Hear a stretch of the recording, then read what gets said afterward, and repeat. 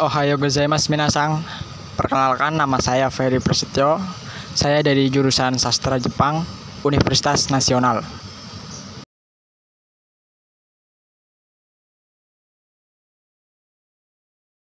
Oh, jadi gini, dulu tuh gue sebenarnya pengen ke Jepang kan. Nah, cuman karena pandemi dulu tuh, jadi gue gagal, nggak jadi.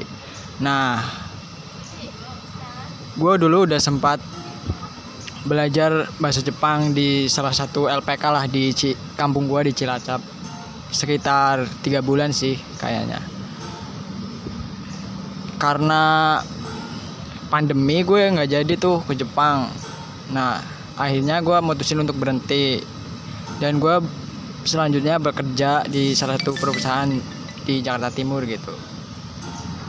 Habis itu gue termotivasi untuk masuk kuliah karena gue punya basic Jepang dan niatnya gue pengen jadi engineer di Jepang. Gue masuk ke teknik mesin, cuman karena ada beberapa kendala yang tidak memungkinkan, saya berhenti tuh dari teknik mesin, dan akhirnya saya pindah ke Universitas Nasional dan masuk jurusan sastra Jepang.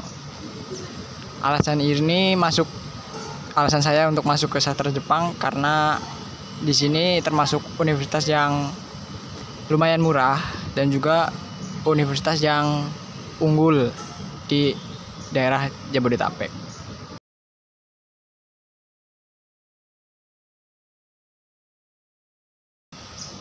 Jadi jurusan sastra Jepang itu jurusan yang mempelajari tentang bahasa dan sastra Jepang.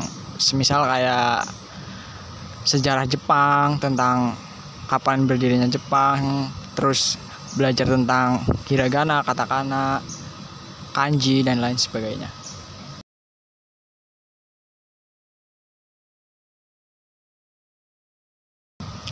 Dosennya di sini cukup baik-baik kok, enak-enak, terus juga nggak ada yang galak, terus juga seru juga sih, bisa dapat pengalaman dari dosen-dosen di sini yang umumnya tuh mereka lulusan dari Jepang semua.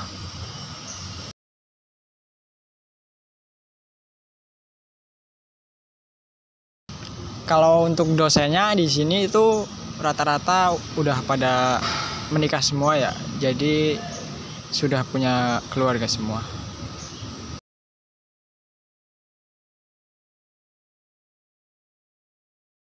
Jadi untuk pertemanan di sini, kebetulan kan di Universitas Nasional tuh ada 2 kelas kan di jurusan sastra Jepang. Yang pertama tuh kelas reguler sama kelas karyawan. Untuk kelas reguler itu dilakukan pada siang hari, pada hari Senin sampai dengan Jumat. Sedangkan untuk kelas karyawan itu kuliahnya tuh dari hari Senin sampai hari Sabtu.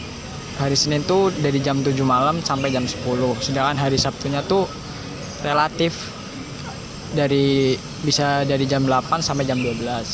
Sedangkan saya kan karena ngambil kelas karyawan, untuk pertemanannya tuh enak kok di sini, orangnya baik-baik, terus juga solidaritasnya tinggi, saling membantu.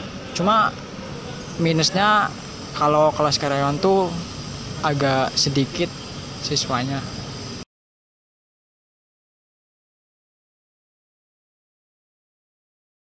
Kalau di jurusan sastra Jepang tuh ntar kita akan diajari tentang kanji yang pertama, yang kedua katakana, terus juga hiragana, tentang sejarah Jepang, terus linguistik.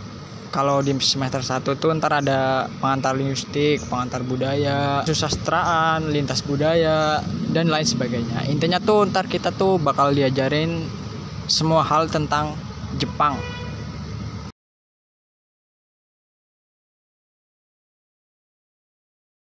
Pelajaran yang saya sukai ya Dunpo sih tentunya, karena dengan belajar Dunpo tuh kita bisa tahu tentang kalimat-kalimat Jepang yang baik dan benar, serta kita bisa tahu pengucapan yang baik dan benar.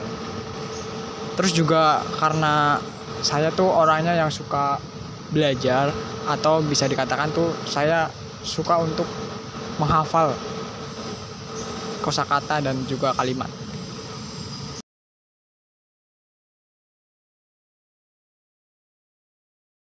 Kalau menurut saya sih mata kuliah yang paling sulit tuh yang ada di semester 3 sih menurut saya. Kebetulan saya kan sekarang di semester 3. Jadi mata kuliah mengarang bahasa Jepang tuh menurut saya lumayan juga, karena di situ tuh kita dituntut untuk mengarang bahasa Jepang dengan menggunakan kanji dan hiragana secara tulis.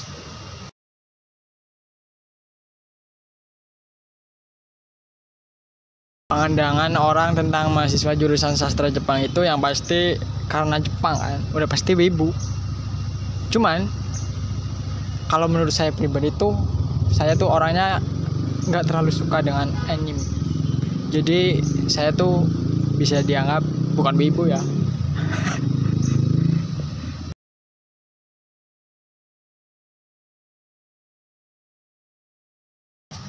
Pengalaman yang paling menyenangkan menurut saya sih semester 1 kayaknya deh.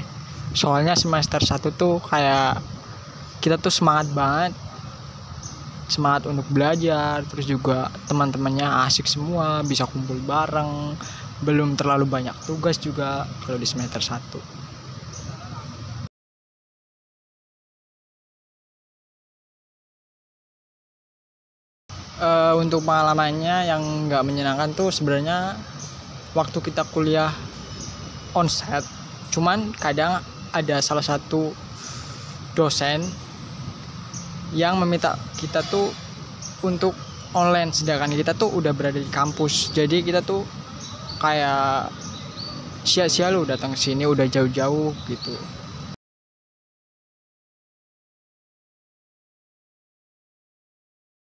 Menurut saya tuh biaya di sini relatif sih, karena dengan biaya segitu menurut saya worth it sih. Kita tuh bisa dapat lab bahasa, musola, kantin, halaman yang luas, parkiran yang luas, dan sebagainya.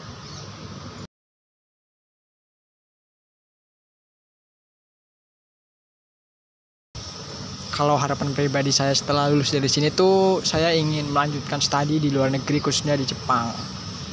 Dan juga saya ingin memantapkan kemampuan bahasa saya di sana.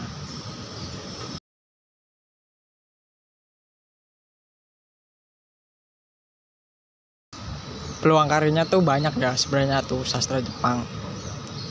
Di antaranya tuh bisa jadi translator atau penerjemah. Yang kedua bisa jadi tour guide. Yang ketiga lu bisa jadi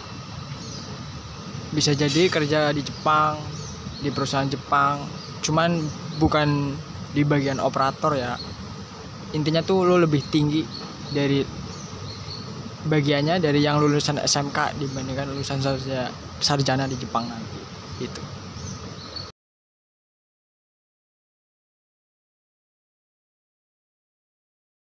Untuk teman-teman yang mau masuk jurusan sastra Jepang UNAS, saya saranin sih sebelum masuk jurusan sastra Jepang UNAS tuh kita belajar mandiri lah, basic dulu kayak hiragana, katakana, karena itu tuh sangat penting sih kalau untuk masuk jurusan sastra Jepang. Serta karena dengan kita memiliki kemampuan basic seperti itu tuh bisa memudahkan kita ntar di semester 1, 2, dan 3 seterusnya.